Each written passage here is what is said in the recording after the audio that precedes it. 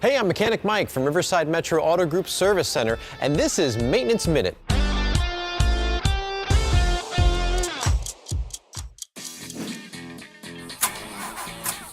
We've all been in this situation before, but there are signs of a battery that's about to fail long before you're stranded somewhere, including corrosion around the battery terminals caused by hydrogen gas being released by the acid inside your car battery.